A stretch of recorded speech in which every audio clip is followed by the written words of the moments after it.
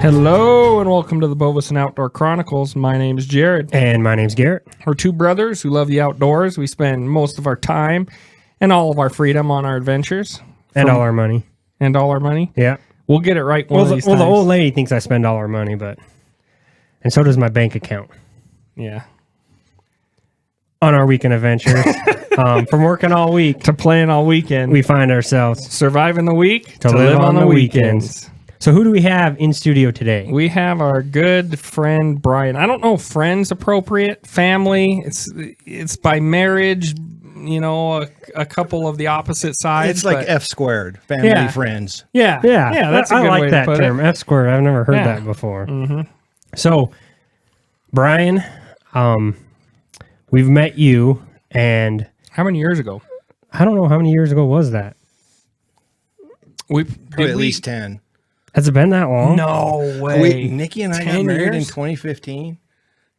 And I'm dang. assuming So we knew you probably in 2015. at least. You're around. Huh. Oh my gosh. But I mean, we first meet you. I mean, my first impression was like, this guy's he's a gojo. I mean, he goes out and he chases stuff. He catches fish. In my phone, you're Brian Gojo. That's what I have you written down as. That's like a candy bar. Because it was like when you do stuff 110%.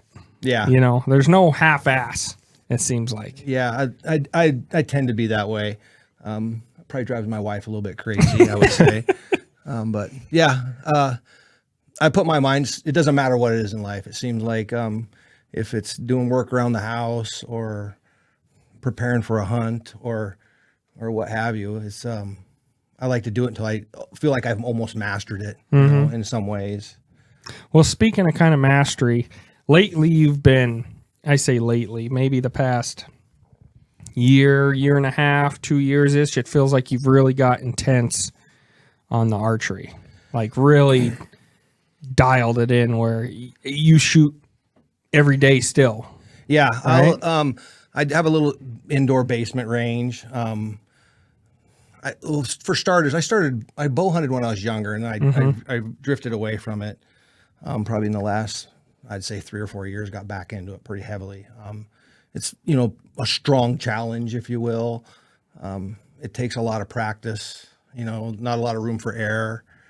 And I do shoot every day. I shot, 4 or 5 arrows right before I came over here, actually. I just got a little 10-yard range in my basement. I started doing all my own bow work, got my own press, draw board, the whole 9 yards. So, yeah, I really enjoy it. Are you going to start flint napping arrowheads, or what's the next level? Where do you draw the line? Yeah, where do you draw the line? I don't know. I mean, it's funny. I have my first bow, compound bow I ever drew. It's actually a Matthews ultralight. And I haven't probably shot that thing in, 15, 20 years or better. I drug it out and I started tinkering with it. I'm like, I'm going to shoot this old bugger. I'm going to try and shoot a deer with it next year, which is totally doable, but it's so different from like the new modern bows that, you don't even let the arrow go. It doesn't feel like it's in your hand. This thing is like a tuning fork. Yeah. Got that the arrow goes out and it just shakes, but, I don't know. I'm still just going to keep rolling with it. I don't think there's going to be anything new yet,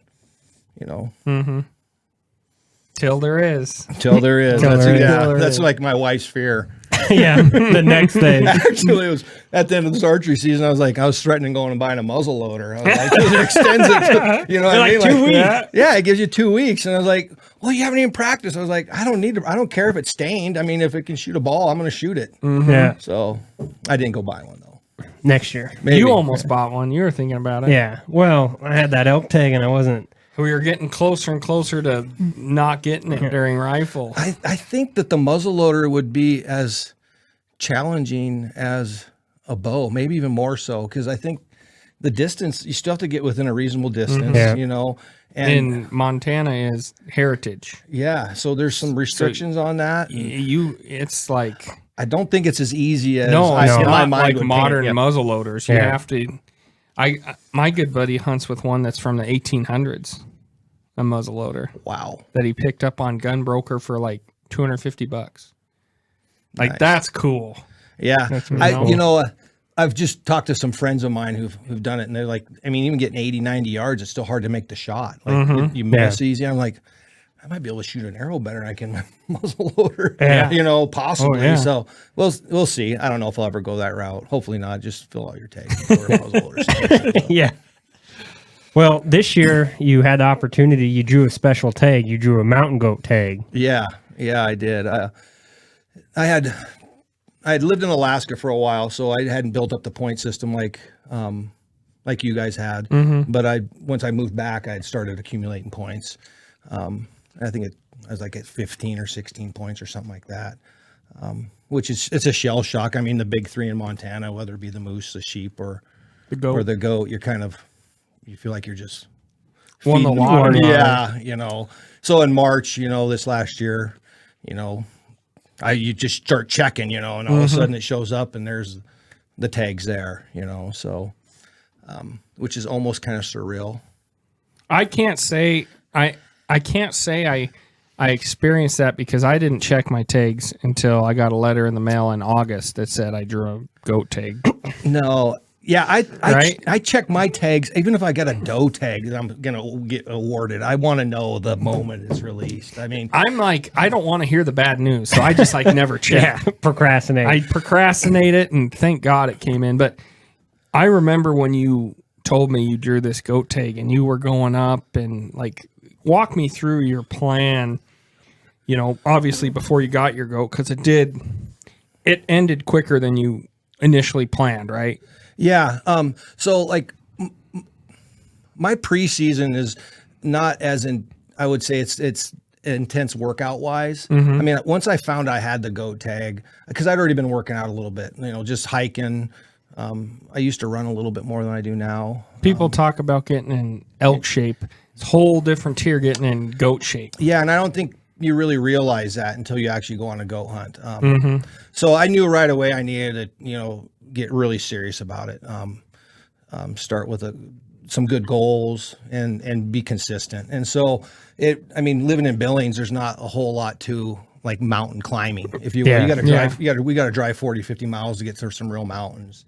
And so there's some pretty good hills around town. I just set a goal that every day, no matter how I felt, I just went there it started, fairly lightly. And then I would work up to where I would stay on that hill for 2 hours and ended up with, 65, 70 pound pack.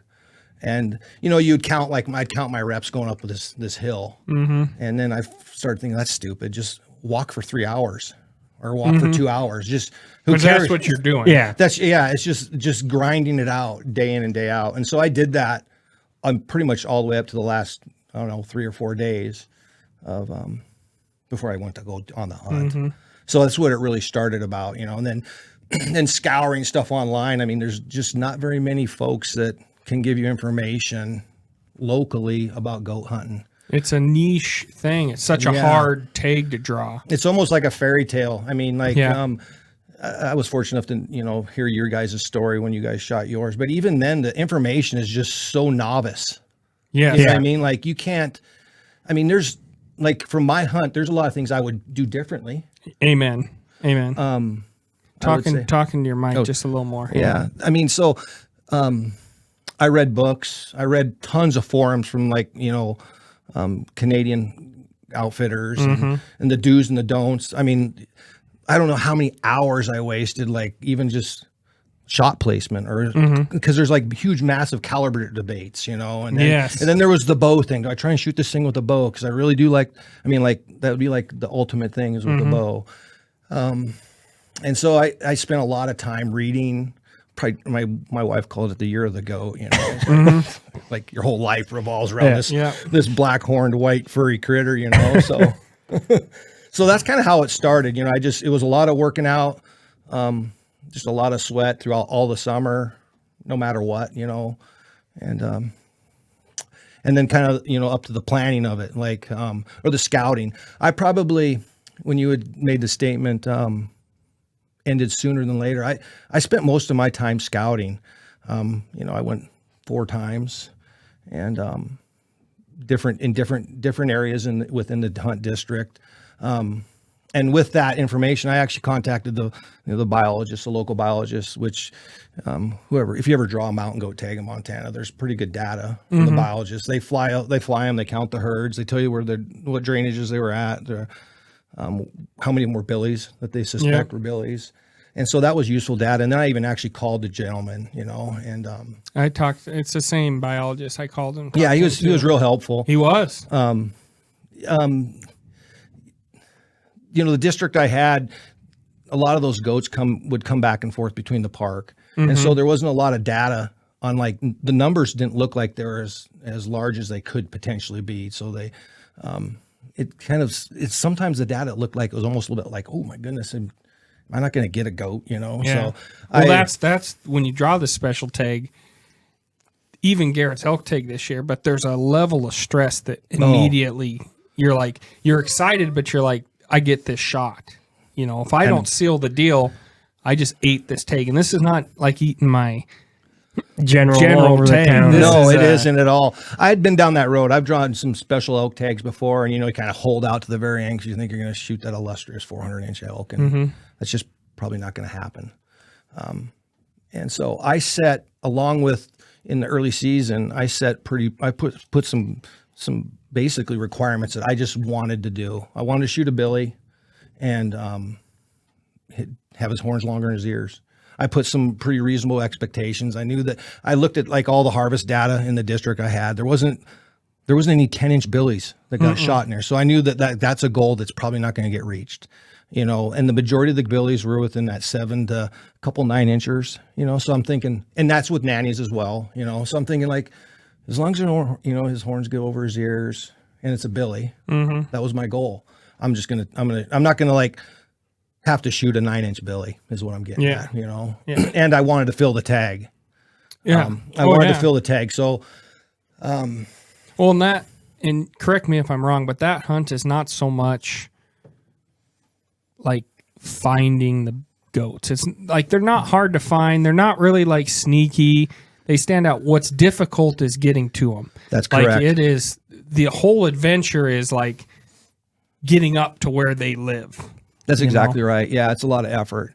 I mean, we live at 3,000 feet here, and then going all the way up to my district predominantly was 9,000 to 10,000 feet, 10,500 feet. So, obviously living in Montana, I'm not like a total flatlander, but it's a big deal. I mean, altitude changing is a big deal, especially training just at 3,000 feet versus going up is a big deal. So I spent some time in the mountains up there, probably, I would say that would probably be my best advice is if you can spend more time in the mountains, just getting acclimated.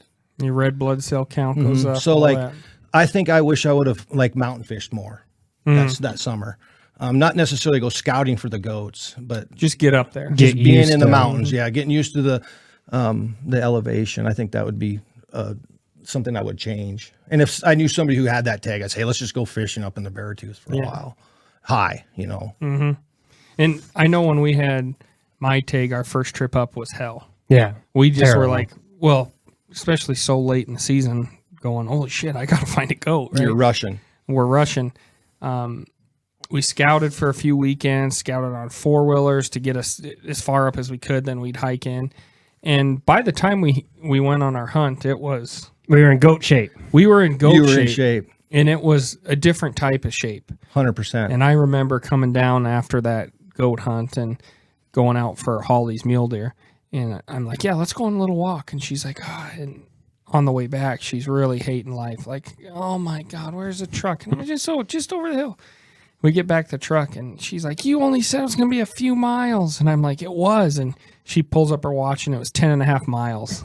But it was like nothing to me, right? Because you're hiking this, oxygen levels, all that's different, right? It's the real deal. Yeah, it's real. It messes with you. So you got the tag. You've been scouting. On your scouting trips, what were you looking for? Places to camp, goats? What was your kind of mindset? Yeah, what was on your trip? Well, obviously, finding mountain goats was the big thing. When I was younger, I had backpacked in this area. And so I had kind of just superficial memories of it, if you will. So it was mainly finding mountain goats and then learning how to identify them. Which is not easy. No. But, it's especially at distance. It's at distance. I was for the first basin that I had went into, my first scouting trip. I actually went with one of the boys, Toby, was with me. And we were planning just a one-nighter in, and then we were going to probably we're going to do 2 nights, but then we'd seen so many goats that day. I was like, we can roll. We don't need to stand there anymore. But parked the truck. I actually just flopped a spot and scope out and was looking up the basin, and I was like, holy cow, there's 10 or 15 goats up on top of this plateau, you know? So then we get our gear, tent, sleeping bag, and rolled. And I don't know, we just went in, 2-3 miles. It wasn't too far on that trip, and just stayed there all day and into the next morning watching goats. And that first trip was pretty early spring. When I say early spring, it was in June, but early up there. The snow hangs up there for so long that it can be real difficult to get access until you wait till late June. But I don't know. I hope I don't get this number right, but there was probably 20 goats in that basin. And granted, a lot of them were nannies and kids. Those are obvious. But I could for sure by that trip, I had distinguished that there was one billy in there. I knew for a fact he was one billy. It was just the big black rings around the bases, and he was by himself. I never watched him pee. There's like a few things you can do. That's exactly right. And I mean, he had to tell. He was just a mature billy. You could tell. And I knew he was in there. And so I watched him, and then we watched a bunch of nannies and kids. There was 2 goats at the back of the basin that I was assuming were billies. I wouldn't, Too far to tell. Yeah, too far to tell. The other thing I was doing on the scouting was looking at the terrain, because I was still in the back of my mind thinking archery. Like, can I make this happen with a bow? Which, in all my reading, a lot of them guys will say you need to come up from above them, shoot down onto them, because then they don't get too cagey. Yeah, they're okay with that. When you come up from the bottom, they don't like it. And so I was looking for areas where goats would be that you could get above. That I could get above them. And I don't, parts of the Beartooth are real plateauy, like would really be conducive for awesome archery hunting, potentially from my perspective. And this area where there's 3 different basins that I was hunting. It just did not seem, there was one spot in the back that looked like it would lend itself to a good stalking, but it was pretty much just knife ridges. And so, I mean, that was always in the back of my mind. Can I shoot a mountain goat with the bow? And looking for that area. And then just looking for goats, looking for water. Because there's a few things that are essential back there. Water is one. A place to pitch your tent. I know we ran into both of those issues. We ran out of water because we got up there. We had filters, but we were up above 10,000 feet for one night. Everything's froze. So we ended up melting snow for water, Yeah, brutal. So I ran into that. Did you? I didn't run into having to melt snow, but I think I'd heard your guys' story and having to deal with that. So on my next one, the next scouting trips were always by myself. I just went up by myself, and grizzly country, right? Yeah. Mm-hmm. Yeah. There's some interesting stories I could let out the bag. I don't know if I want my wife to hear it, but so I thought I needed to stash water because on one side there was it kind of did plateau out a little bit, and I had been seeing goats up there. And I realized that it was so much elevation change in such a short distance that it wasn't going to be something that I'm camping in the basin and hoofing it up there at night or every day. Yeah. Right. I was going to stay up there. And so, I hauled water to the top. Smart. I stashed water on one of my scouting trips. I dug it and buried it and it was just up there, to use if need be, which, was an interesting go at myself too, because you start to climb in elevation. Like this was a real eye opener to me on the goat hunting, and being by myself, I was a little bit more cautious. Obviously, when you're with somebody else, you'll kind of step some boundaries that might. Yeah, right. You play that line. Yeah, you'll play the because there's somebody with you. Yeah, something happened. Yeah. So you go up an avalanche chute, and my little brother had said, "Hey, just make sure that as you're going up, you can come back down." Mm-hmm. I mean, because going up is never a problem. It didn't seem like, because you can just it's almost like we're naturally built to climb up something. I mean, Yeah. climb up a big ass tree. Well, then climb down the same tree. It's just the results are going to be different possibly. And so long and the short is, you start working up these chutes and it's like, I'm cliffed out. So you have to walk all the way back down. I got, 3 gallons of water on my back, and I wasn't planning on staying up there, but going up and down, it was like trying to find the right chute that I can make it up to the top and get water stashed. And there was a couple points where I would go up about 5 to 10 yards and I'd stop and I'd actually walk back down it. Just to make sure that I could go down it, because I didn't want to get to the top and then do some sketchy stuff to try to get down. I was by myself. Yeah. So, it worked out. That worked out. That was a thing. I stashed some water up there in the Beartooth zone. Pretty much all the basins, there's water flowing. So, I mean, it really wasn't a large issue. We went late October. So there was a lot of snow. A lot of snow. And all the lakes were a few feet under ice. Right. But it's interesting you say that about getting cliffed out. We were lucky enough to go with 2 mountaineer guys. They love that unlimited sheep tag. Mm-hmm. That's all they do. And in fact, in the winter, one of the guys we went with, him and his wife, ice climb waterfalls up there. So they live up there. Yeah, they know what they're doing. Well, I talking to this biologist and who you going with, and I told him the names, and he said, those are probably the 2 best mountaineers in the Beartooth that you're going with. The Fish Wildlife Parks guy told me that. So that was cool, right? To hear. But what we learned about walking up and down those mountainsides from them guys, probably guys, unreal. The wealth of knowledge. I mean, stuff that's there's no way we can get down that. And they're like, yeah, you can. Yeah. This is how you pick through it. This is how you pick down. This is how you walk. And I mean, on our final trip, we were walking down shit that would, you would step and the rocks would go and they would just go. But you knew how to kind of lean in and walk down. But with those mountains, it's that level. I mean, nothing can really prepare you for when you're up there and then you're in this huge country. You were by yourself, and it's like, if I don't pay attention, if I make a mistake, this is bad. I don't have a road I can get out to. I mean, I'm up in here. Yeah, I'm 5 or 6 hours. Oh yeah, if I was healthy to walk out of here. Yep, 100%. Yeah, so I still wouldn't change it, and I'd still go back, and scout by myself. It's something that just had to be done. And I looked at it like, this is, I need to get a mountain goat. I mean, my whole life, you kind of there's the big 3, and you got the tag. And so there's always that temptation and that fear. I mean, even the first scouting trip I did by myself, I remember, you're all gung ho and you're driving up and you're thinking you pull up or you park the truck and you get your pack out and then you start walking down the trail and it's just you. Yes.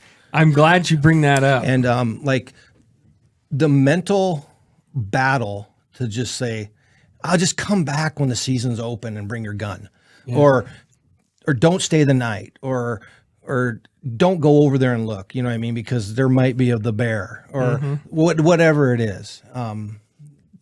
It was something that needed to be done. I mean, because it just helps you push through any sort of other obstacle. I think being alone is a healthy part of life and being okay with it.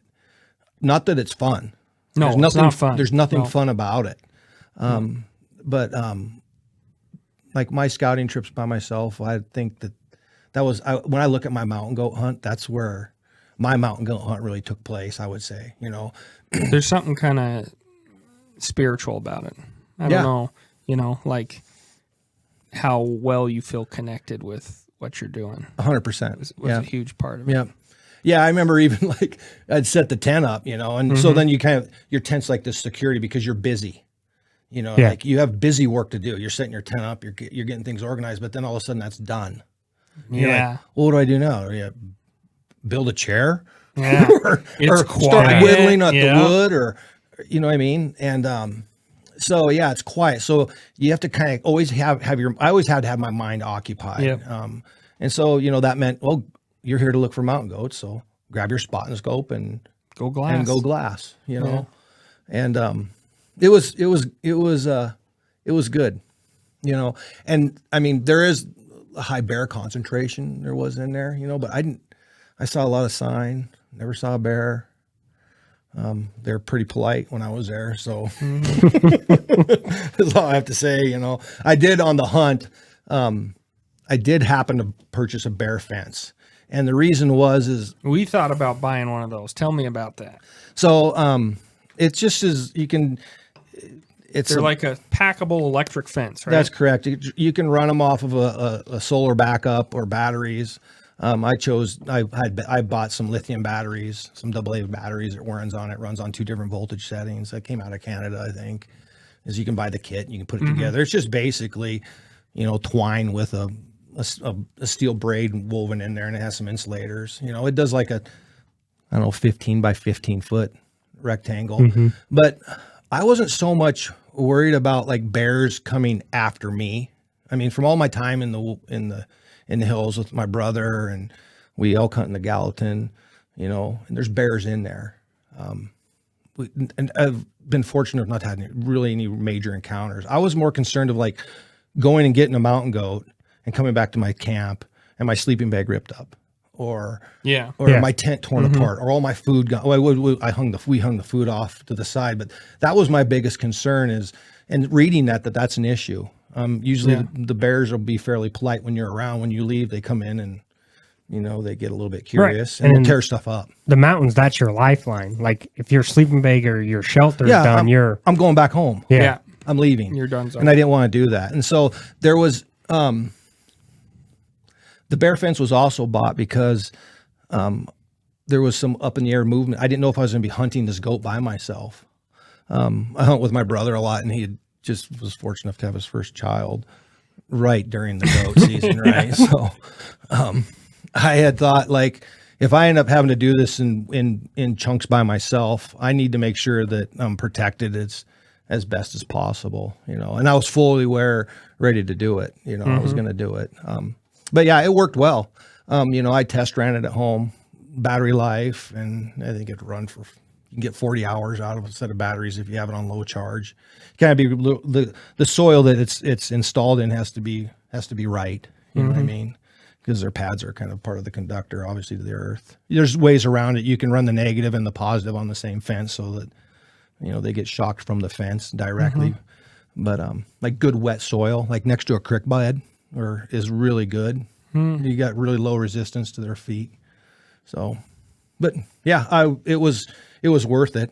I mean, I think the $150, $200 or whatever it was to put it together. That peace of mind. Yeah, it is a peace of mind. Yeah, 100%. We, when I talked to the biologist about it, and I was talking to him about bears, you know, I said, well, where are the goats at? And he told me what time of year to go to get the best hair and where the goats would be at, you know, elevation wise is what you're looking for. And I go, well, that's good. You know, they'll be up above probably the bears, huh? Or yellow bark or white bark pine. I'm like, where are the goats at? And they're like, well, they're probably right in the white bark pine, just inside the tree line coming off the top this time of year. And I said, okay, so they're probably above the bears and stuff. And he's like, no. And I go, well, what are the bears doing? And he goes, they're eating the white bark pine nuts. So I'm like, so right where the bears are is where the goats are. Yeah. And he's like, yep. And so. Yeah. You know, I saw a lot of sign, you know. So did we. It was always unnerving, you know.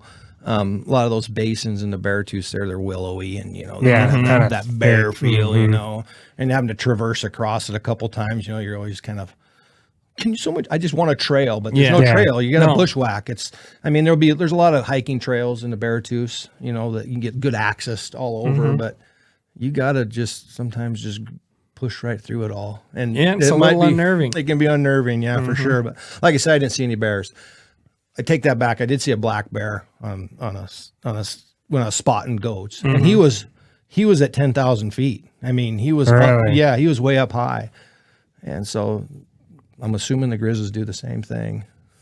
Yeah, but yeah. So take us to, you did all this scouting. You've packed in water where you think you're going. You have an idea where these goats are, and I remember in the past you telling me that you were kind of watching them move basin to basin. Like this wasn't just happening in one basin. Yeah. So there was 3 main areas I was going to hunt, and then with a fourth, maybe plan B and or whatever. yeah. And so the plan B was going to be if the snow came, because where my tag was good for is snow can come really early, and like literally I wouldn't have access. It was interesting. I talked to one of the guys in one of the local towns there that he actually was a local. He had the tag a year or so before that, and he didn't fill his tag. The snow came to where it was just. It got so it was not accessible, Not very passable. variable. I mean, I don't know how hardcore he was. I mean, when there's a will, there's a way. You know, you get on a snow machine or whatever. But so that was one of the fears I had, is that if I pushed it too long, too much snow, and there's no way I'm getting it. I mean, like, you know, I feel like I could walk in, 5-10 miles. That's a lot. That's a chore. But like, I'd have to come from a different direction. You're talking 26 miles just to get close to where I wanted to hunt, and it wouldn't have been good. So. But back to your original question, is watching the goats. I'd noticed from early in the season to towards hunting season, all the goats are moving to north face slopes. Early season there, everything was on the south facing slopes. Obviously, there was a little bit more warmth there, and it seemed like they didn't care about the sun so much. As the summer progressed and got close to hunt season, like that one basin, the first basin I went in, I don't know, there was 20 some goats in there, or 28. It was a lot of goats.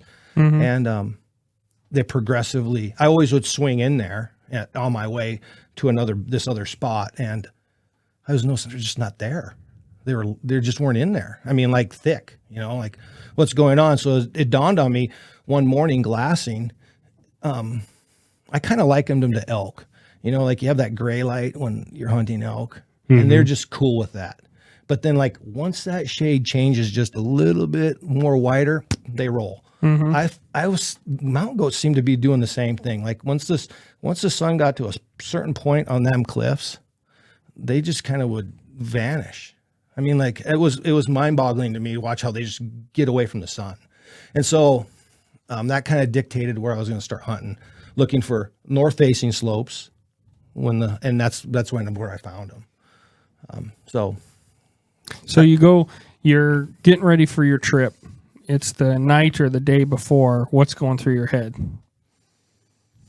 Boy, like, it's really happening. I mean, but there was so much preparation. I really wasn't, I would say, nervous. Like even down to all the details of my food. Everything was packed out per calories. I had like 23 or 2,400 calories a day. I individually bagged all my days. To cut weight, I removed all the factory packaging, just to save ounces. And everything was, I got a sweet tooth. So, I mean, I'd have a little bit of dark chocolate in each one, but everything was packaged. So I couldn't steal from the other day. Like, so you'd open up your one day.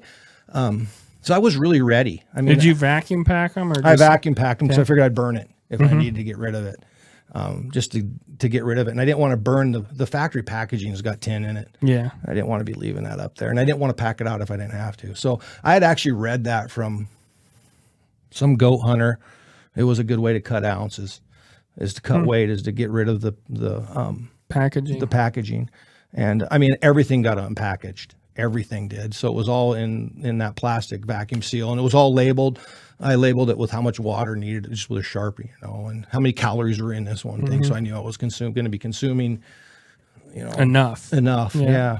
That was the other thing, so I was ready. Did you lose any weight, on your hunt? I lost weight working up to it. I mean, because I was I was pretty fit. Yeah. Fit when it came.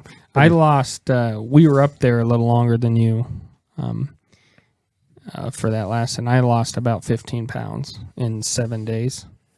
Yeah, you were working real hard. And our food, we did the same thing. I didn't take it out of factory packages, but the stuff that was like Fritos was a really light, high calorie snack, right? So I remember making individual baggies for Fritos and a little bit of sweets and doing the same thing, packing out a day. And that's how you knew.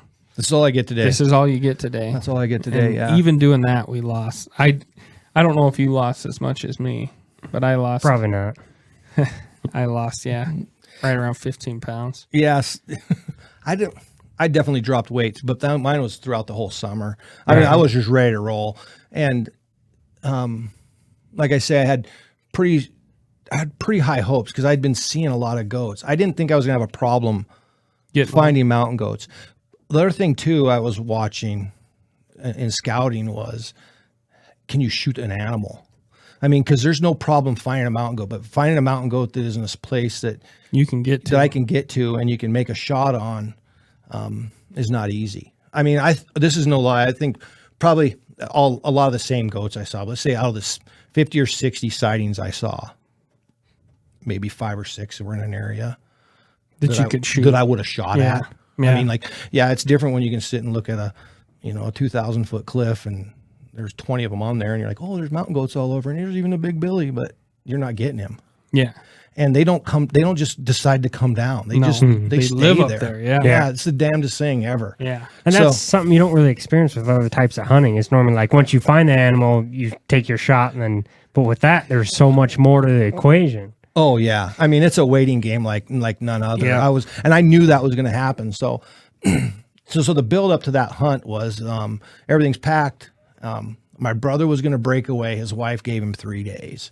I had taken 10 days off for the first week of the hunt. Mm-hmm. And the plan is he and I were going to go into this, 2 or 3 mile basin, get in there pretty easy. He was going to hunt with me for 3 days. We couldn't make it happen. I was going to say, see you later, bro. And I was going back into this other basin. And so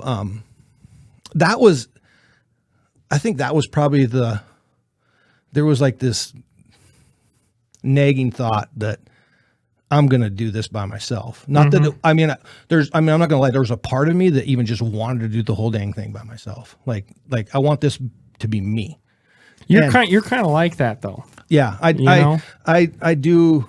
I like when I'm even in your other stuff that you 100%. do. Yeah. I like you kind of like I that. I mean, even like when me and the kid shot this deer down the river with Nate this year, and he was sitting in a tree stand next to me.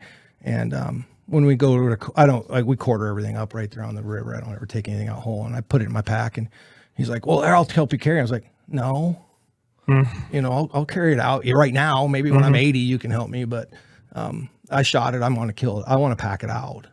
And so, but there's like this, but it was still kind of a nagging thought, almost like that fear that like, oh my gosh, I'm going to actually probably have to do this. But so anyways, met my brother and we hike on in. And which was, me and my brother's relationship is probably a lot like your guys' relationship. We're pretty tight, pretty large age gap between the two of us. There's 20 years. So is he your full brother? He's a half brother. We have the same mom. Yeah. Okay. But we have pretty much same passions. He's pretty intense. Yeah. Very in shape. He's really driven. I mean, like if you think I'm driven, meet my brother. Oh yeah. Yeah. What's running the family? Oh God. Yeah. He's a special boy. So 20 years age gap between you. How did you like reconnect to start going on all these hunting adventures? Well, we grew up hunting. I always grew up hunting, and he hunted as well. And then it was kind of when I came back from Alaska, he and I started hanging out and fishing. And he loves to bow hunt. I like to bow hunt, and he's when you go out with somebody, there's certain people you just like to be hunting with because you can trust them. You know what I mean? I don't want to say the word trust because I trust a lot of people. Rely on or Garrett and I talk about this. There's people that come in their liabilities and there's people that come in their assets. So like if I say, Paul, hey, meet me at the boat launch at 5:30. Yeah. He's going to be there at 5:30. Hey, Paul, we need to go over this mountain. He ain't going to bitch. Mm-hmm. You know what I mean? Or whatever. It's just like, there's just, he and I are on the same wavelength, I would say, we encourage each other, he'll call me up and say, are you eating a bunch of Twinkies? Or you know what I mean? Are you staying in shape, you old fart, so he's a good friend. He's not just my brother. He's a good friend more than anything, I would say. So it's like, hey, Paul, tell your wife to keep the baby and we got a goat to get. You're not lying. It was almost like that way. I kept on saying, Haley, please let him go, So his wife is really gracious. I mean, he has they have an outdoor lifestyle. They live in Big Sky and she knows the deal. I mean, we hunted a lot together. I want to comment on the she knows the deal thing. All right. At work, when I was dating Holly, guys were giving me crap because, we'd been dating for a while. So they knew at some point I was probably getting married. And they're like, oh, man, wait till you get married. All that fun you guys have on the weekend, all that hunting you guys do, there'll be an end to that. And I looked at him, I'm like, absolutely not. There won't be. Oh, you'll be singing a different tune when she's around. And I'm like, no, she's the right one because she allows me to do that, right? She doesn't have a problem with it. 100%. If she had a problem with it, we wouldn't have gotten this far. Yeah, I mean, to speak of that, my wife's a unicorn, I think. Yeah. I mean, she was, even through this goat hunt, she definitely encouraged me. There'd be times well, I just don't, what are you talking about? I mean, even down to what am I going to do with the goat? Am I going to get a rug? Get a rug. She's she was adamant it needed to be full body mounted because of what it was. You know what I mean? So, and never once complained about me working out a lot or whatever. So I think that's huge. It is huge. I mean, but when I'm not hunting, I'm around. And if she needs stuff to be done, I just do it. I don't sit and eat Lay's potato chips and make her bring me peanut butter and jelly sandwiches, or, you do what you do at home, and it's just who we are, and my brother's wife was the same, so it was nice. He had just had a newborn. I mean, for God's sake, a new dad, and she let him go for, and she let him go 3. She goes, I'll give you 3 days, and so my brother's like, we're gonna get this fucking done. We got 3 days to do it. Yeah, so we we showed up and we met and we hiked in, set up our camp a day early, and went to where I found where their goats were at, and we how that day went is he had his spot and scope, I had mine. And we didn't really separate, if you will, but we keyed in on different animals. And we had it narrowed down to 2. We found 2 goats that day that we thought were billies, and we watched them all the way to dark. And we never took our eyes off it until we knew they peed. And so we knew they were billies. And it worked out. I mean, they were up on the cliff, so we just knew. Walk us through. So you guys, you head out, you and your brother.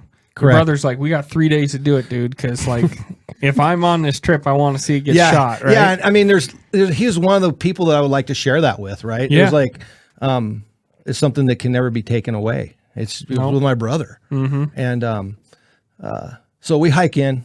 The other thing too, there was fires. There was a lot of smoke in the area too. So that really made it a pain for spotting. And is this September when this? Yeah. When does goat open? It opened. Golly, was it No, it is September. It was in the beginning of September. I think it's September 15th or something. So, I mean, another thing too, as far as back to my prerequisites, and I had noticed the nannies holding their last year's winter coat longer than the billies did too. I didn't want.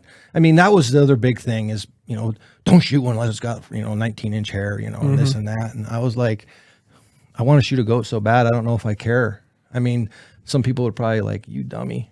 But I was the goat hunters. The goat hunter. The select few that, Yeah. I still wouldn't change anything. But I did happen to shoot, end up getting a goat that had, I would say, decent hair. I mean, if you will. He had a beard and tufts around his legs, and he was in good shape. But anyway, so back to how the hunt rolled. Me and my brother hike in, and set the tent up, set the bear fence up, and grab the spot and scope. How far in was your hike to your camp, I guess? We really did not have to go in that far. We went about, 2.5, 3 miles. We kind of, we were just intending on glassing and hopscotching down this basin. And that we got in there right away and dropped the packs off, pulled out the binos, and we saw a nanny and a kid up high, And granted, this was I didn't really have high hopes for this basin because they had started to drift out of this one. I mean, this basin, it had, 20 some goats in it. So you stopped just to kind of check to see, but you weren't really thinking. And I was thinking we're gonna have to go put over the saddle and you wish. And which is would have been a hoof. And but that was the intent. He had 3 days. I figured, heck, this would be easy for him to come in with me. I can continue on through, which would have made it a little bit rougher for me as far as how to access that. But find some goats, get some pretty promising. We look at them. They're, you know, they look like they're mature billies, you know, and there was two of them. They were separate from each other. The problem was obviously they're up on the mountain, you know, and one of them was in a spot that, I mean, you would have to rappel to. I mean, so we figured, heck, let's just sit on these for a couple days. Let's just why not? Let's just sit on them and see what happens. So we put them to bed and then went back to camp, you know, do your thing. How far from camp are you glassing at this point? Boy, that's a tough question. It's got to be half a mile or better, I would say. I mean, we're in the trees in the bottom of the basin, glassing up, you know, to them. And if you're not real familiar, it's just real sheer cliffy, kind of like just knife ridges, basically. The back end of the basin, it relieves quite a bit, some kind of grassy meadows, but they're not there. No. They're not in the nice, easy grassy meadow. If you look at the most steepest, nastiest face, you're going to find them right there. So anyways, one of the billies, though, happened to, you know, he kind of veered off and he got into some sheep. There was some sheep in the back there. And I was surprised by the terrain the sheep were in. They were on the same terrain as the goats were and going up and down at the same rate, really, for the most part. But so we put them to sleep, wake up in the morning fairly early, and I made a cup of coffee. My brother ran down to we had both spot and scopes still setting up. We had his setting up right there at camp. So I go on to it and I'm looking, you know, and I find a nanny and a kid. And my brother, he's down the creek bottom. He's going down where we have the food hanging in the tree. And it's a couple 100 yards away. And I happen to look back down over to him to the left, and he's just hauling ass at me, running. And he's like, grab your gun. And he goes, they're down. They're down off the cliffs. And I'm like, what? You know, and you're looking and you just don't see them. And sure as shit, one of them billies had worked his way down off the cliff. And I don't know if he had watered that night or he had just come down, and he was in a spot where you could get to him. I could get to him, and it wasn't going to be like overly brutal. But so we grab our packs, grab the rifle, and I don't know, it was probably 1,600 feet elevation gain and about a half a mile, just right up to and we got up there, and the funny part was we're running down through, we got across the creek, and I don't know if this was a bear. I think it was a bear. It may have been a moose, but it was we came down off the cliff, we're running, working it hard because this goat's starting to, you know, work his way up this mountain. From our right to our left, I see this big brown flare flash, and a ball bear, you know, and he's like, which way did it go? And I go, it went down. He goes, well, good, because we're effing freaking going that direction, you know. And so we proceeded to get up there, you know, and then we kind of break out over the tree line, and which is tough because all of a sudden you are exposed, right? Yeah. And you could tell this goat was wanting to eventually get up onto those cliffs, and I remember ranging him, and he was like 400 yards. I'm like, I mean, that's a doable shot, right? But I was like, I want to get closer. If I can get closer, I'd rather get closer, because like in all my readings, you read this, they're just can soak up lead like anything, right? And I really debated on what rifle to bring. You know, I got a big 30 caliber. I bring my 6.5. You know, the 6.5. I just really rely. It just shoots good. You know. Where's your bow in this conversation now? I had elected not to. The bow was in the truck. Okay. I had brought the bow, but I elected not to take it in there, because of the terrain. I mean, this one here I wouldn't have been able to get him with a bow. Yeah. And I mean, I actually think I made the right decision, and I even still feel strong. I think if I drew another goat tag, even in that same district, I wouldn't even take the bow, because of my experience with the goat. Really rough country that they're in. It's not. No, I like to think I'm a fairly proficient archer. I feel pretty confident. I can shoot an arrow pretty good. But there's still a margin of error. And then actually seeing how the goats reacted to being hit and where they're at. Some people might not like this, but I'm going to say I just did not want to risk. I've never shot an animal with an arrow that didn't run. Agreed. Right. And they don't have to run very dang far and then get to a spot where you're not going to like it. Yeah. That was, you want it to lay down right where it's at, right where you shoot. And I mean, I had read some stuff on that, and dudes that shoot goats with bows, studs. And I mean, not that I wouldn't want to be in that, that group of people. I chose not to do it. Well, in the region you were doing, it's not conducive. There's probably some other spots that there was some spots that were that it would have worked, but where I was really wanting to hunt, it just wasn't gonna. It just didn't seem like it was gonna work. And not trying to make any, I guess, excuses, but it was a decision I made. And actually, after I made the decision and actually harvested the goat, and from what I saw, I don't think I'd take the bow back. I think like if I had a Beartooth plateau tag, no tell 'em, where you can drive up on top of the plateau and you can sneak on, I would that would be a different story for me. But I didn't want them to get to a spot where I don't blame you. Where they would, I've never shot an animal, like I say, that didn't run. And I know from the research I did with mountain goats, if they know they're mortally wounded, it seems like they jump. I've watched a lot of videos of people hitting mountain goats and they take 3 steps and they just jump. Yep, that's exactly right. They can fall a couple 100 feet to a couple 1,000 feet. They just are like, right. Exactly. So the bow is in the truck. It wasn't even an option. And a little bit of the softening of that is I knew I was going to be bow hunting elk. Mm-hmm. You know what I mean? And I'm not so much, I'm the kind of guy that I love to fly fish, but if I have to catch a fish by putting a night crawler on the end of my fly, I'm going to do it. Mm-hmm. I'm going to catch a fish. I like to catch fish. I like to catch fish. I'm there to catch fish. Yeah. I mean, I have nothing against somebody who wants to throw a MEPS, a night crawler, a minnow, or strip a streamer, or fish a midge. I'll do it all. And it's just a way of harvesting something, right? Mm-hmm. So I decided that. And so, I mean, we work our way up to where we can get to where we're within, I would say, a shooting range. I ended up, first shot was at 330. The goat was face of the cliff, he's working the base. I mean, he's at the base, so there's no falling. I mean, I don't think that it could have gotten any better. I mean, he was in the absolute perfect place. I mean, you still got probably a 30-degree slope of the rock slide. Mm-hmm. And he was kind of working himself up a little rock slide. He turns kind of quarters away, and so I touched it off. And you're shooting what? I shot him with a 6.5 PRC. Okay. And this is something I would do different. I don't think I would have shot him with the bullet I shot. I shot him with a burger bullet. Not that I have anything against burgers.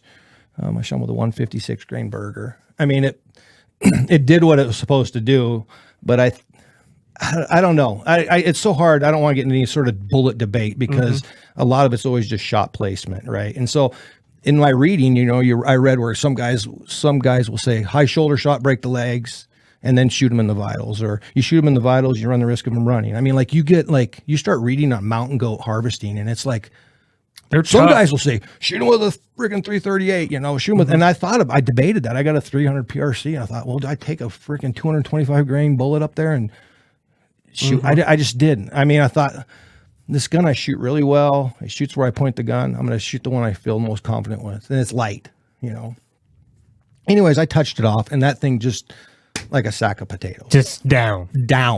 And me and my brother are like, holy shit, it just happened. It's over. I mean, down. Mm-hmm. And what was, when it went down, emotion? What hit you? I mean, a kind of a warm tingle. Yeah. Oh my gosh, I just shot a mountain goat. And it was legal. Yeah. Yeah. I mean, they're such an elusive tag to draw. Yeah. Right. And so it actually happened. And then I remember looking at the mountains and you're going, I can't believe I'm here. I mean, I remember saying that to myself. I cannot believe I'm here. And then the high quickly ended.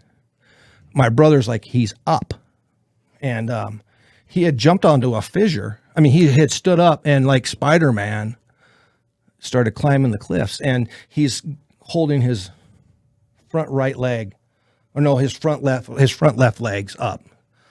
So he's climbing on 3 legs. He's climbing on 3 legs on the cliffs, and he's making good progress. I mean, like that's like Spider-Man. I mean, like up, and I'm thinking like, so I'd line up to try and shoot him again because I want to get him off the cliff. Now, I mean, he's probably 20, 30 feet up a cliff, and my brother's got a spot and scope out. Gets the phone scope on him, and he's videoing this goat walking across this fissure, and you can see him kind of just he's just hobbling, and I shoot again, and you can hear it go off, and I mean you can hear it in the video, just the thwack, and that goat's down on the. I mean, I can't believe he didn't fall off the cliff, but like the way that they handle their hooves is impressive. Even it is, and I got a lot of time to watch this goat because it just seemed like it just wouldn't end. I mean, he goes down, and right back up, and now he's kind of like. I would almost like he was crawling, still holding the left leg up, and his right leg is now damaged. It has two holes in the front shoulder blade, and they both were kind of quartering shots. Is the only reason why I can surmise what maybe have happened. Like I think I just one lunged him on like kind of steep angling shots. Broke the left shoulder. It was broken, and then those burgers, you know, they tend to open up once they get in. And I think what had happened is I pretty much shot him in the exact same spot, just at a little bit different angle, because he was bleeding out of the mouth. I could see him bleeding out of the mouth. He had some lung damage for sure. He had some lung damage, but he was still breathing.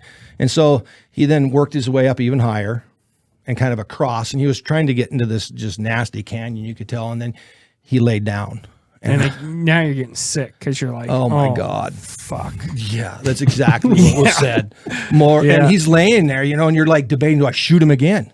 Or do I leave him alive and he falls off? Or I mean, like you start trying to rationalize how are you gonna fix this problem? Because it's a problem now. I mean, like, and it's not a fun problem. I mean, like from all of a sudden, like euphoria, warm chill, shot a mountain goat to like, oh shit, I'm gonna have to notch my tag. Yeah. I'm gonna have to notch my tag, and he's right there, you know. And I remember telling my brother, he's gonna die right there. He's like, no, his head's down. It's back up. It's down. It's back up, you know. And I remember just because you couldn't really get to him where he was. Laying we weren't down getting there. Yeah. It wasn't happening. He's now 75 feet up, maybe 100 feet up. I've seen the video, and I think 75 feet's light. It might be light. Yeah, it might. He went up there pretty high. It'd be interesting to scale him and then scale where it was at. Yeah, you know. Because you know how long the mountain goat was, yeah. So I sat there and debated, you know, shooting him one more time and then trying to kill him so he'd just roll off. But then I'm thinking, like, he's not going to come down naturally. There's no way in hell he is. And I'm thinking, like, your worst fears are, you know, like you read all the stories, like they turn into hamburger, you know, because he's going to fall off a 100-foot cliff and then he's going to roll 400 yards to the tree line. And I was kind of just sick. A lot of people that shoot goats, when they recover them, they're split open, broken bad, really. 100%. Yeah. I mean, I was like... It's like a big issue when you're shooting. Even when we went to shoot mine, I have her in the scope, and I'm like, I think she's on a cliff. I don't want to shoot. And Garrett's like, we're going to recover. Just fucking shoot her. Okay, so you know? So that's funny shit. So my brother, I'm like fretting, right? All of a sudden, that son of a bitch stands up, and he's facing now downhill, kind of at an angle towards us. And he turns and quarters again, and so I shoot him a third time. And I mean, they're all solid. And in that time, it took him off his feet. You could tell because he started coming down the cliff hard. I mean, like on 3 legs and a broken front one that's he's barely working. And he gets himself down onto this like little knob deal, and he lays his head, you know, uphill and forces his back legs, his hind legs, to hold himself onto the mountain. I mean, like he's like laying flat to the mountain. He's came down probably another 30 or 40 feet. And now I'm thinking that's where he's going to rest, you know, and he didn't come off the cliff. And so, you know, again, I'm like, I started getting poopy pants, like, oh, this is it, Paul. And my brother's like, he drops the F-bomb. You pussy, you know. He goes, we're gonna go back to Red Lodge. We're gonna buy some climbing gear. We're getting that off I'm gonna call my buddies in Big Sky. I mean, he's an old mountaineer. He knows all these dudes. He's like, dude, we're getting that goat off that mountain. Don't be talking that kind of crap. Well, you know, we'll be driving here. Go get it. And that goat is still like just kind of flopping. You could see he's just wanting to he's wanting to get up. And I mean, so this transpires, to me, seemed like half an hour, but it was probably within about maybe a 5 to 10 minute window, I'm assuming. Mm-hmm. And me and my brother are just sitting there watching this. And I so wish he would have left his phone scope on that thing. That thing starts to wiggle its way to face downhill. And once it did, it stood up and it just jumped off the mountain like a freaking mule deer jumps over a fence. I mean, and me and my brother are like, did that really just happen? I mean, like, he mustered this up and he didn't roll off it. I need to make sure I'm clear on jumped. That. He freaking, I mean, I can remember his, like, there's a painting I've seen in some of the stores, like Deck the Walls, where it shows a mountain goat jumping from one cliff to the other cliff. And you guys may have seen it. And like Superman, front legs out. That's what he looked like. And just, whoop, and that was it. And, you know, so we're like looking to see if he's rolling downhill. He's no rolling, you know, like what the heck? And, so we gather our gear up and we start to trek up, you know, which, was another big push up to the top of the hill. You know, we get up there and I mean, God must have been giving me a little bit of grace because, he didn't roll. You know what I mean? He didn't do the turn to hamburger or tear the hide up roll. He pretty much, the way he had landed, there happened to have been a big boulder that must have come off that mountain. And he kind of just hit and laid himself there. The unfortunate part was he had cracked his skull, which isn't the end of the world because wasn't shooting a Boone and Crockett goat. You know? Did he break his horns at all or just his skull? Just his skull. His horns everything was still attached, but he had just cracked his skull. I mean, there wasn't even really any scratches on his horns. He had one mark on his shot up shoulder side on his cheek where he must have hit the rocks. But other than that, I mean, like there was 3 pencil holes in that. I mean, they're all within probably an inch and a half of each other. I mean, I shot him where I was aiming. I don't know if I was aiming in the right spot. I mean, it was pretty steep angles, you know. I think that would be some more advice I would give somebody is if you're going to be hunting in that country, understand that, but not just understand it, because I did understand it. I actually had a little Excel spreadsheet of the different angles, and there's a multiplier and all that nonsense where 300 yards is 150 yard dope, if depending on what you're doing. I mean, I had all that, but I think my problem was this is just from shooting so many animals on flat ground, you just shoot right behind the front shoulder, just automatically. And I don't think I was aiming real precisely to break the back. I don't think, you know what I mean? Like, I think I would still go with that motive or that angle, if you will. But I think my natural instinct was just to keep shooting him in the same spot I was shooting him. And the results, it didn't change anything. I think the bullet was just going right out the exit hole and not creating any more damage. You know what I mean? I think the majority of the damage was done with the first shot because they were all so tight. And there was probably a softball sized hole on the exit size. And I think some of that might've been because when he fell on that shoulder, and I don't know if it popped his shoulder blade out or what, but so, my brother hoofed up faster than I did with the intent. He was wanting to video me coming up to it. And, you know, you still don't know if it's got balls. You know what I mean? Right. We're pretty confident this one was a Billy, you know? And, I remember he was laying with his junk hanging down towards me, and I could see his balls. I could see his berries. Yeah. And I just reached down there and grabbed him. And that was probably the most satisfying thing for me, because that was really my only real goal. Grabbing nuts. is making a coin purse. Yeah. So, you know, then the photos and just kind of sitting there, and I mean, like, it's a lot to take in, because I think I was pretty emotional.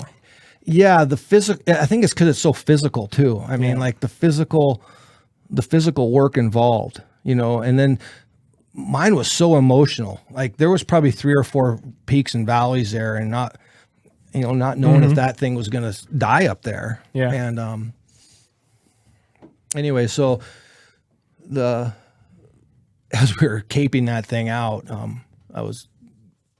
those sheep had kind of traversed the cliff, you know, above us, and they were creating like rock slides. There was one point where my brother and I were like, do we just go to the base of the cliff and just hold tight? Because hopefully they'd bounce off over us, you know. But you could, when I had shot, or I don't know if it was from my shot because, or what, but something startled the sheep at the head of the top of the plateau, and they'd come running across the top of the cliffs and knocking rocks off and stuff. And it was pretty interesting. Yeah, it was pretty cool. And then, you know, the packing of it out. So yeah. How was that? Did you do I'm packing this out, I shot it, or did he help a little bit? He did help. Yeah. Yeah. I mean, what's crazy about mountain goat, and you can attest, is they're not very big. Which I did learn something about the goats in Montana after I took it into the Fish and Game, but they're not large. I think probably the hide and the head are as much as the amount of weight, you know, and meat you get, you know. There's not a lot to them. You know, we kept the heart, cut a big chunk of the liver out, and then, you know, the quarters and stuff. We just quartered it right there. Didn't take much. I mean, we didn't take any of the bone out that we didn't have to.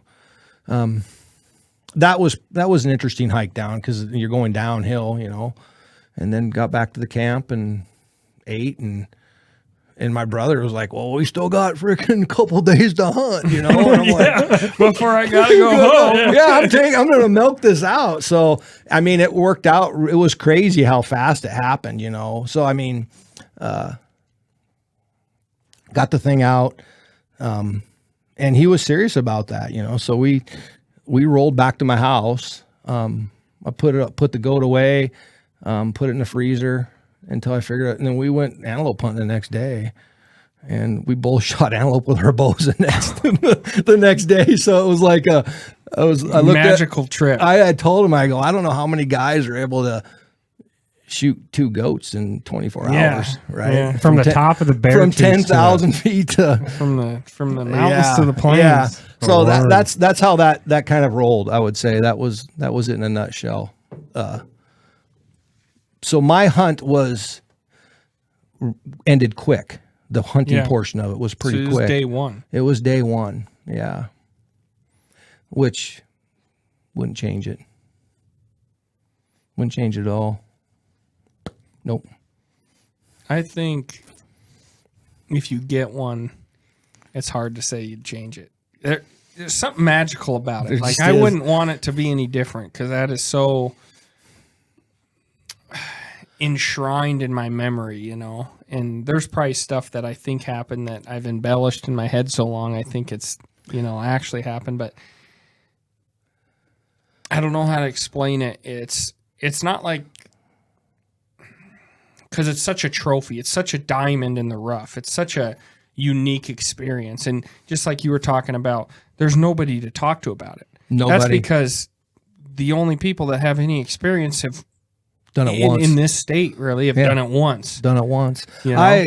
I will full well just dump the beans on anything and everything I know, if anybody wants to know. I mean, as far as what I did, where, you know, they can instant message me, or you could, if somebody mentions something on your podcast, where to go. Where to go, what to do, what to look for, what not to do, maybe, or some things to help out. Possibly. There was a ton of stuff we learned not to do. Yeah. And we talk about him drawing it.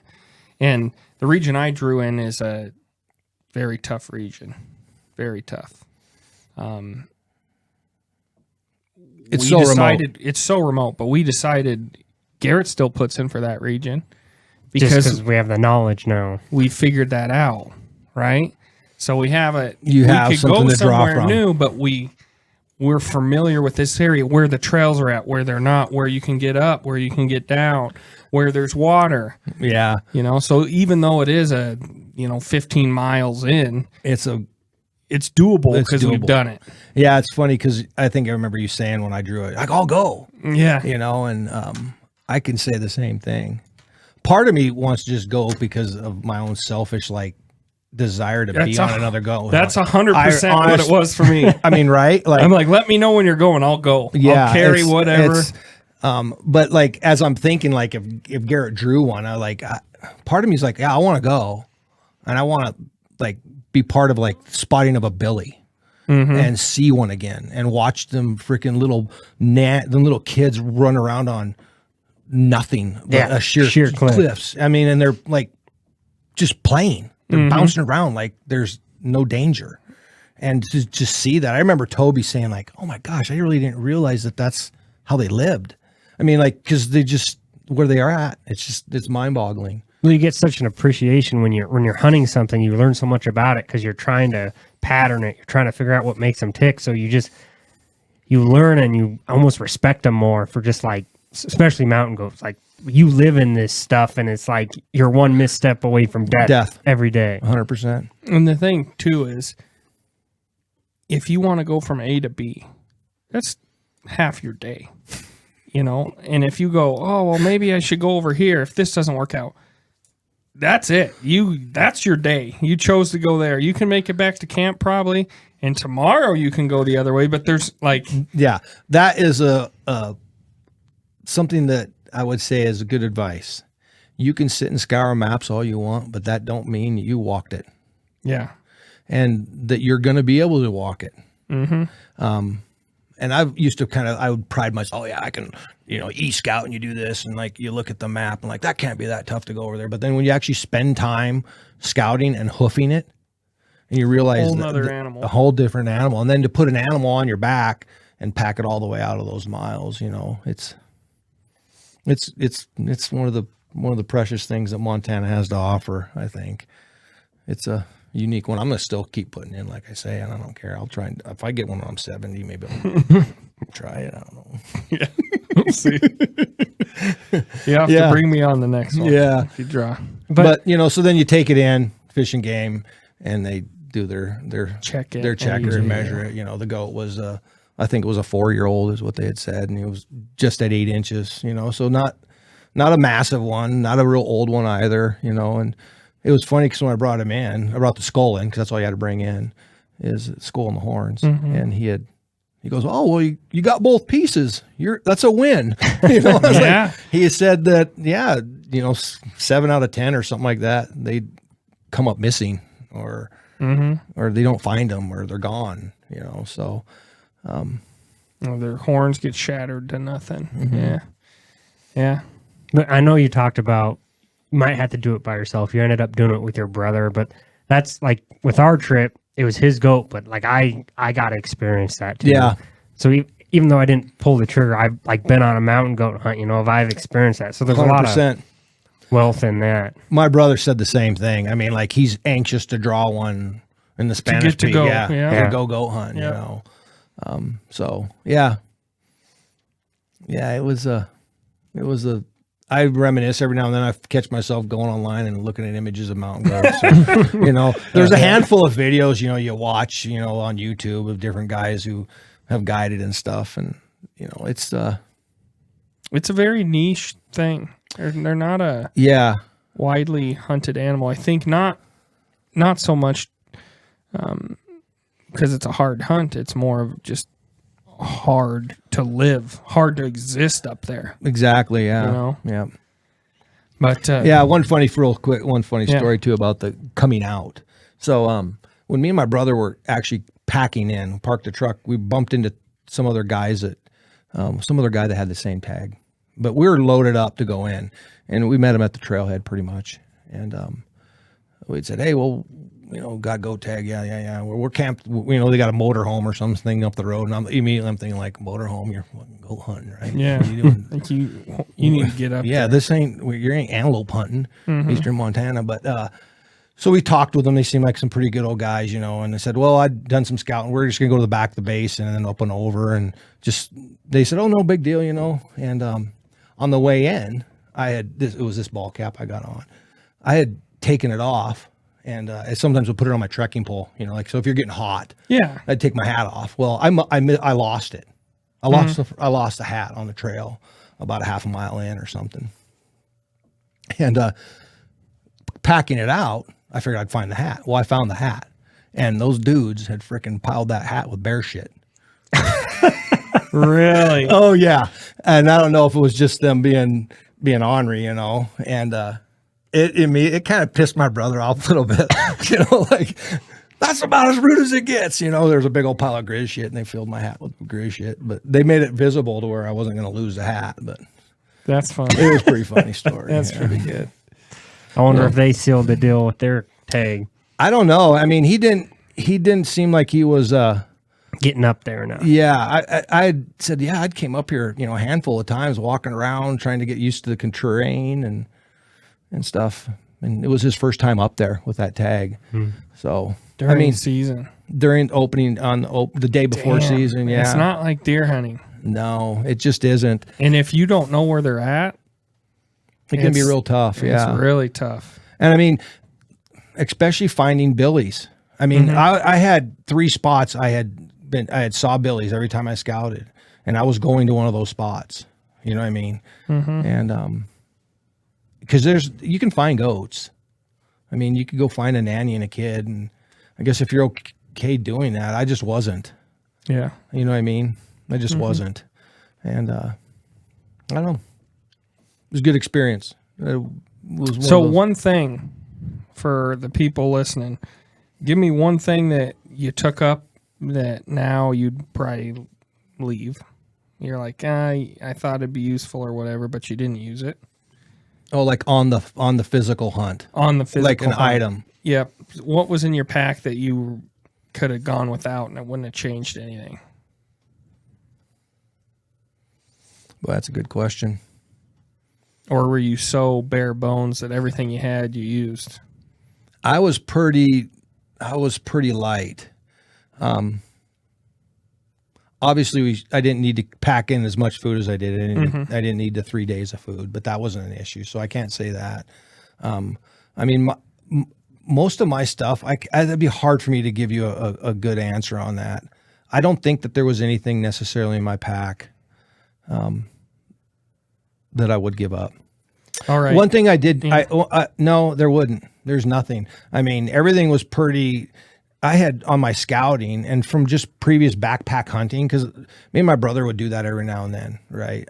You kind of have some stuff refined. I mean, I actually refined my clothing down to where, you know, different clothes. I got a lighter rain jacket, you know, or something like that, just so that I made sure that I was cutting weight.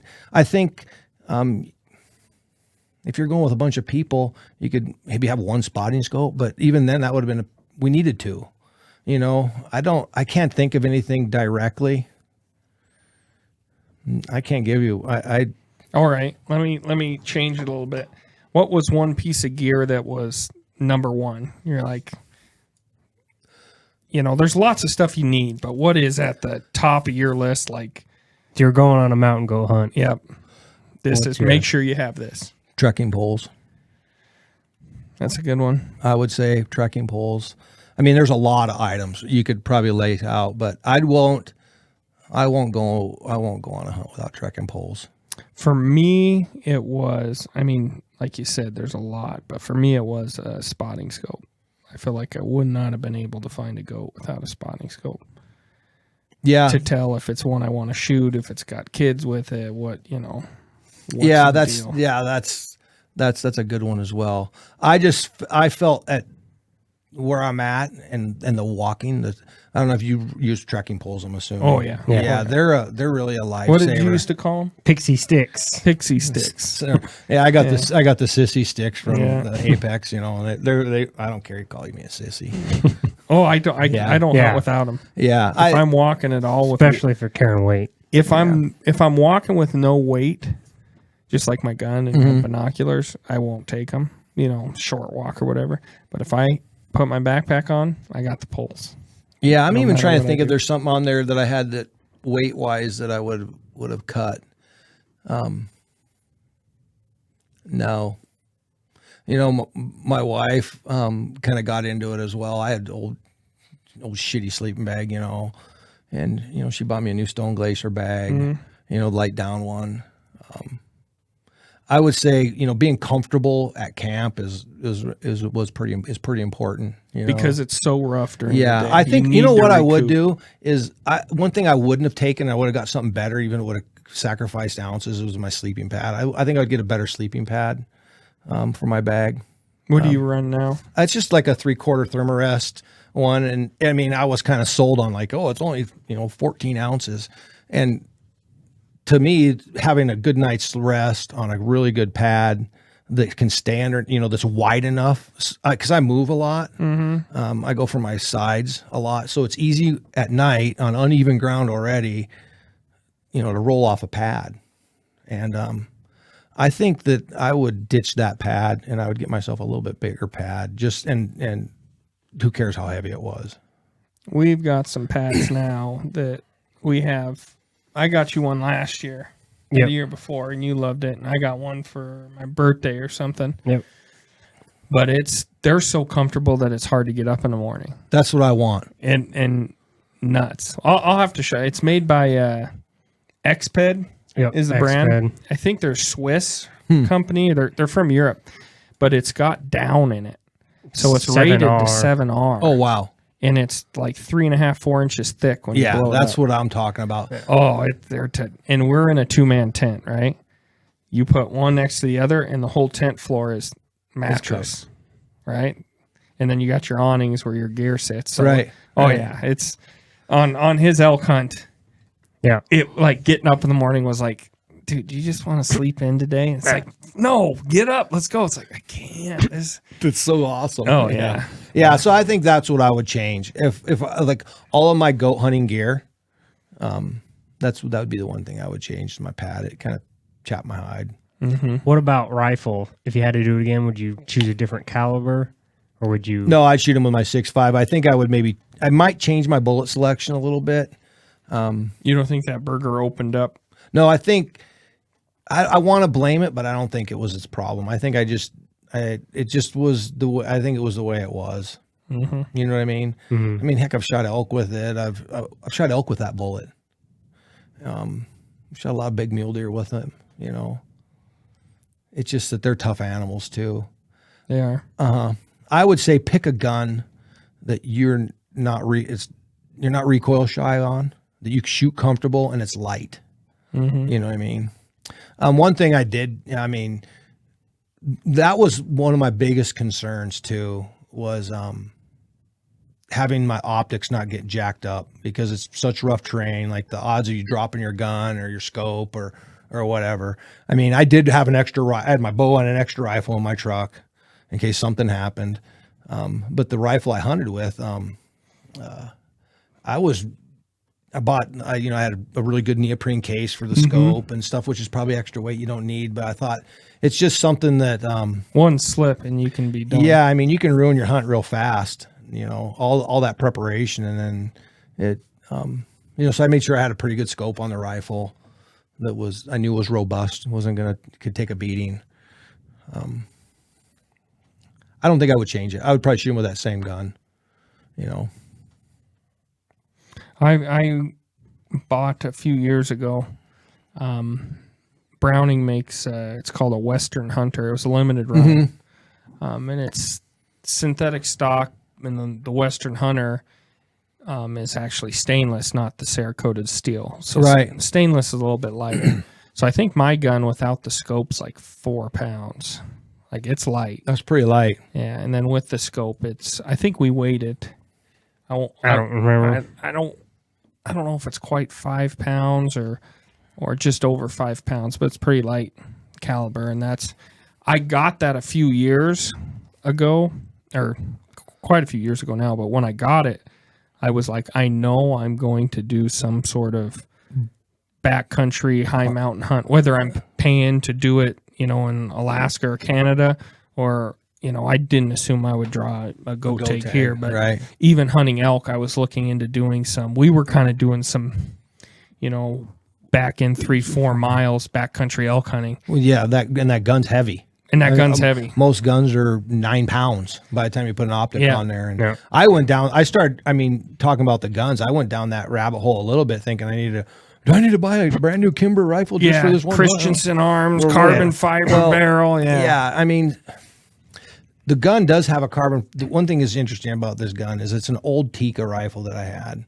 and I didn't do this for this goat hunt. I did this just because I'm kind of just a tinker. Like, I mean, even like my bows, I'll change rests around a lot just to try different rests, and I'm always,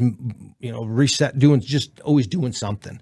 Well, I read on a forum where you can, you can buy prefits for those actions, which is, it's already done in machine. You don't need to have a machine work done to it. You just screw it on there. The tolerances are tight enough, and you just put a go, no go gauge. I bought a go gauge, and you put Scotch tape on the back of the go gauge, and it adds a little bit of distance to the case. And anyways, it's easy to do. So I bought a barrel vise and a wrench, and took the barrel off the old Tika that was old shot out, and I had bought a proof barrel that was on like clearance from somewhere in Colorado, and it was a 22-inch barrel, and spun it on there, and it was more of just a tinkering thing, and that gun just shoots like and it's light, and I mean it's pretty robust, and so I mean that's one reason why I wanted to shoot that gun anyways as well. So I mean, not that it was like garage freaking gunsmith work really. So, but no, I wouldn't change it. I think I'd shoot that same gun. It's a good gun, good caliber. I think you could probably shoot them with a 243 if you wanted to, Well, people shoot elk with 243s. Yeah. I think, I don't know. It's just the way, I think it's the way the cookie crumbled. And so with that whole experience of that goat responding that way and I didn't make 3 bad shots. And I thought at the very end, I told my brother, I don't know if I would shoot one with a bow right yet. Knowing what I know, or what I personally experienced, I should say. It's my own personal experience. I would hate to have shot that animal with a bow and it run up on the cliff and actually just bleed out somewhere up there and then never be able to retrieve it. I mean, that can happen with the rifle because it almost did, but, with a rifle, you can put multiple shots on. Yeah, you can a follow. Bow is usually you're not putting another arrow in. I talked to another gentleman, bumped into him at Shields one day, and it was yakking. He wanted to shoot it with a bow really bad as well, and he stuck it with a bow, and the goat did get down into a spot where he couldn't get another arrow in it, and he ended up having to go back to the camp, grab a rifle, and take care of it that way, And so, I mean, I heard all these things, and I'm thinking like, it was just more important for me to shoot it with the gun. And I think I still would, but. Cool. Yep. Yeah. I know we wanted to get you on for a while. It's been a few months, but they're busy months. Yeah. This is our busy time of year. It's hard to, every hour after work counts. And then, I know you're like us. Well, you're better than us because you worked, 5 days in September? And October. And so for us, it's like Friday shot because right after work, we're in the truck.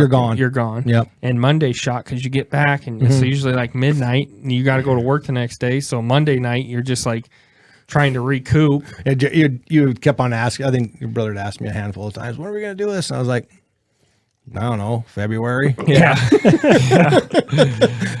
Yeah. So it worked out good. But what an incredible experience that you got to share with your brother. And then not even, what'd you say it was? Less than 24 hours you shot an antelope with your bow? With the bow. I mean, we live in an incredible state. 100%. But don't move here. It's not as good as you think. Okay, stay out. Don't move here. We got enough people. All right. Definitely don't come here to hunt either. Or fish. Yeah, not a good idea. Yeah, it's But and you do a lot of things by yourself. Even I know sometimes you drive on the rivers, your jet boat at dark. Yeah. I've talked with you before about kind of your perspective on your mindset going into these. You're by yourself, you're doing some activities that maybe are a little bit, I don't want to say questionable, but a lot more risky than sitting on the couch and eating Lay's, right? But that's how you live your lifestyle. Can you talk a little bit about your mentality doing these things? Yeah. The jet boat thing is, I always get a lot of grief for that. There's some times where I'll run the boat, really early in the morning or really late at night, with lights on it or what have you, in a section I'm fairly familiar with. I think you might be referring to as it's just who I am. I don't want to change. I don't want to hamper the things I love to do based on maybe a potential consequence. I remember my mom one time had said, if you're meant to be hung with a rope, you're going to be hung with a rope. And I think that's more true than what you realize.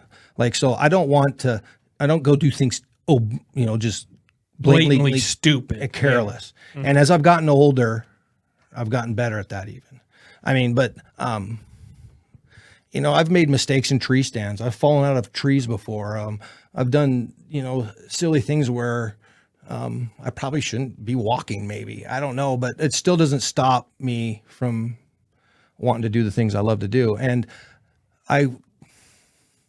with my brother living so far away, but when you have things you love to do, you have to get to that point to where you might have to do them by yourself. Yeah. You know what I mean? If you want to do them the way you want to do them. If you want to do them the way you want to do them. I totally agree with that. Yeah. So, I do, I'll grab the jet boat and go run the jet boat by myself. I don't know. It's just built into there is that who risk. You are. There is that risk every time you do go out by yourself that, maybe you're not coming back or maybe something happens, right? It's not like you're going to Walmart by yourself. Yeah, that's exactly right. But I think the other thing too is if my time comes, because that's where it's always revolving around the death. Yeah. Am I going to die? Well, I would much rather die doing the things that I enjoy doing, and than dying. You know what I mean? I mean, if I could choose, I would want to slip and fall and be done. I don't want a grizzly bear to gnaw on me slowly to death. But I think you're exactly right. I don't know if I want to have the heart attack while I'm going to Ace Hardware in town. That scares me worse than getting eaten by a bear. I agree. I would.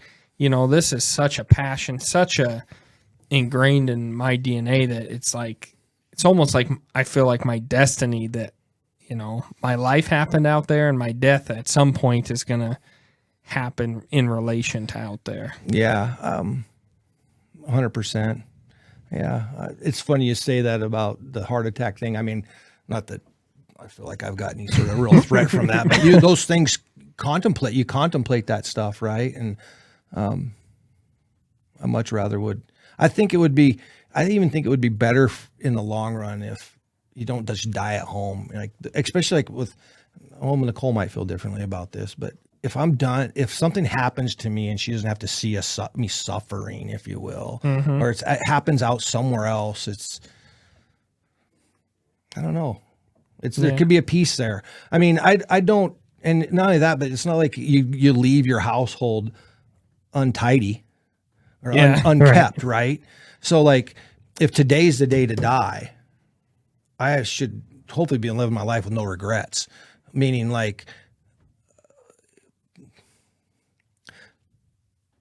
I'm right with my wife. I'm good with my kids. And if I'm not, maybe tonight I better get right with them. Mm-hmm. Or with my buddies or whoever it is, so that when I'm gone tomorrow, no matter where it's at, no matter how it happens, doing the things I love, I don't have to, they're okay. It's okay. Does that make sense? I mean, it's really easy to say that because there's always ebbs and flows in relationships and friendships and those kinds of things. But as I think a general rule of thumb is if you're keeping your house in order for the most part, as best you can, there would be no regrets.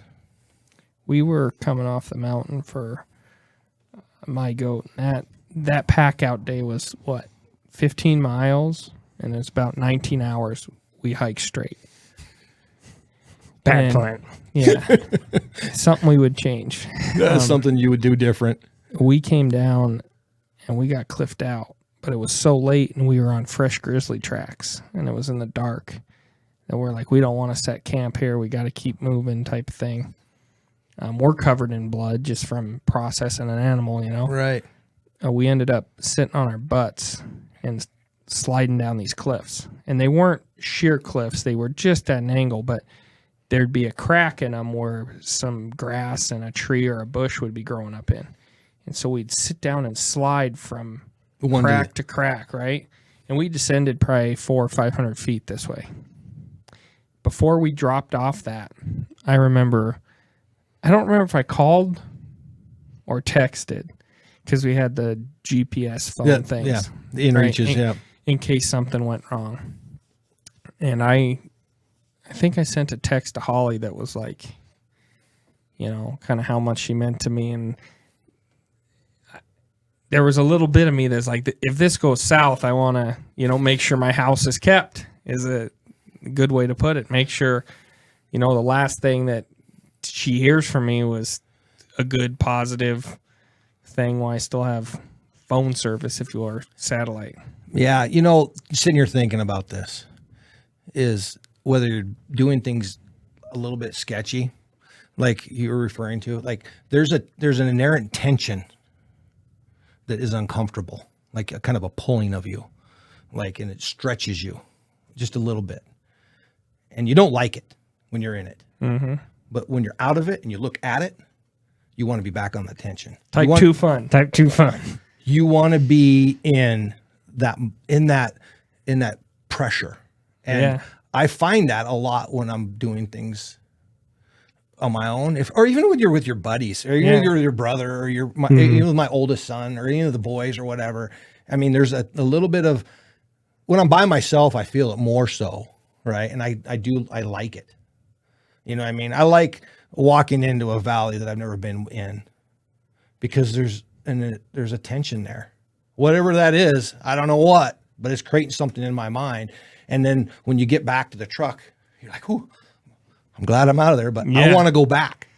Yeah, you know, I want to be There's there. an itch to scratch. Right? Yeah. And I think that running a jet boat at night, I do it for multiple reasons, not just because I like to run the risk of running my boat on a gravel bar, but it gives me an edge on a hunting spot. Because other people don't do it. Yeah. I mean, I was putting reflective thumbtacks on frickin' driftwood and then shining them with a frickin' light that I knew were in the river. But knowing the river well enough, I mean, it's surprising. You can see quite a bit with moonlight, you know what I mean? So I'd be shining the light, and I'd see that, okay, so I knew on this first driftwood I'd need to veer to the right a little bit. And you know what I mean? So that was done for just a hunting edge. You know what I mean? If I could get down, or getting down to a spot before where some elk would cross, or get down to where I needed to be able to get in my stand, you know, or whatever it needed to be. That's the only reason why I would do that. Not just because I like to go run in the river in the dark. I'm just inspired by like your mindset with it. It's like, this is what I love to do. This is my passion. It's not going to hold me back. It's not.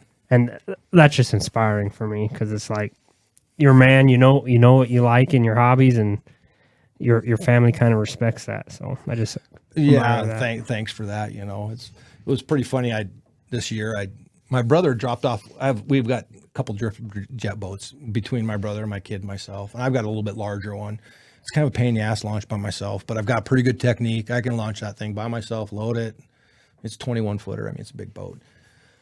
But sometimes the boat launches on the Yellowstone will get dry enough to where I can't float my boat. I mean, like if I get off the trailer, I can run, but I can't get the damn thing off the trailer because I can't get deep with water. So, this year my little brother left his boat with me, so I can push that thing off. You know, it's a little John boat, and ran down to this one whitetail spot, and there happened to be, there's just some private land access on the one end of it, and nobody hunts this thing unless you have a boat.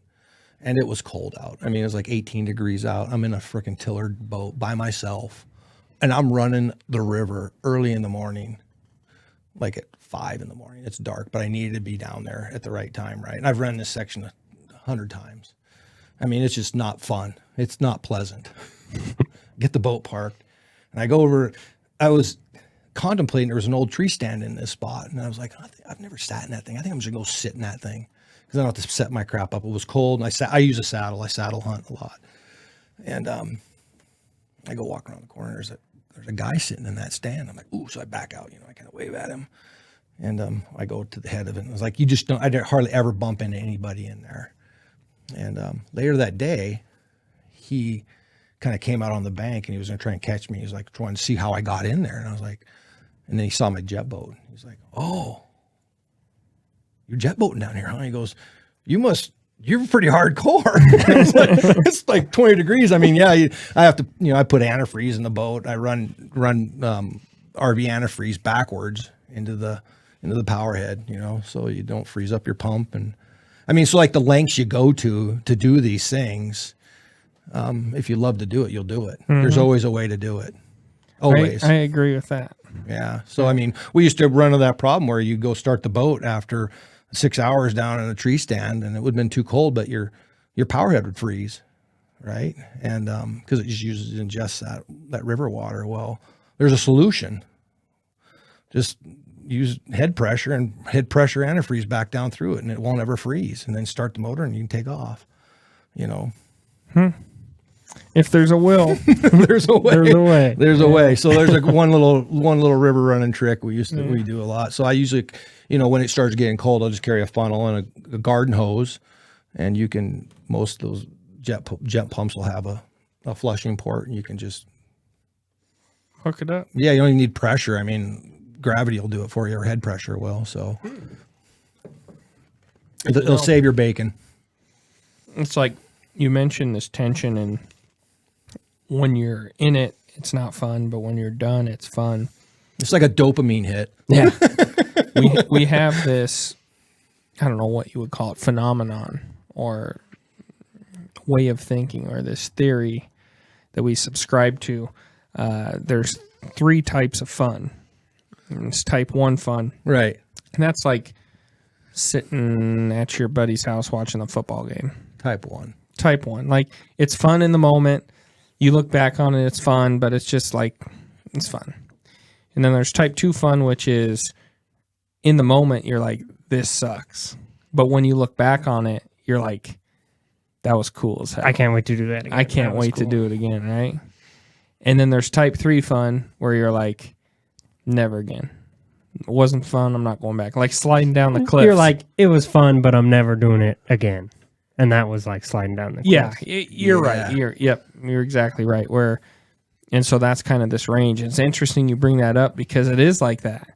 There's that little bit of danger, that little bit of suck, but it kind of, if it was easy to get a mountain goat, it wouldn't mean that much to you.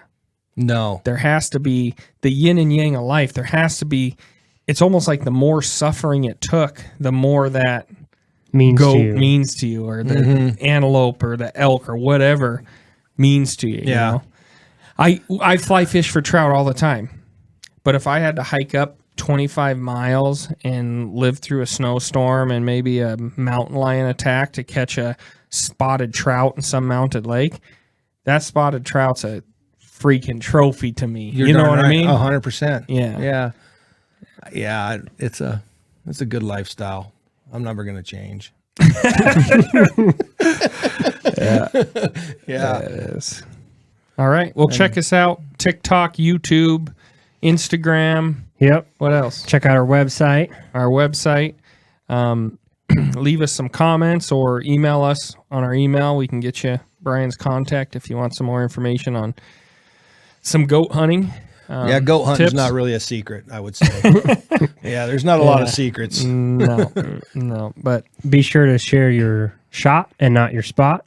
Yes, that's very important in this day and age when everybody's sharing their GPS location of where they shot the next, big buck, and the next month or the next year, it's crowded with people, and a lot of good spots get ruined that way. No Tell 'em Creek. No Tell 'em Creek. That's a good one. Yeah. Yeah. But until next time, we will be surviving the week to live on the weekends. Isn't that what I said? Yeah, but there's a pause there. Oh, okay. All right, try again. Surviving the week to live on the weekends.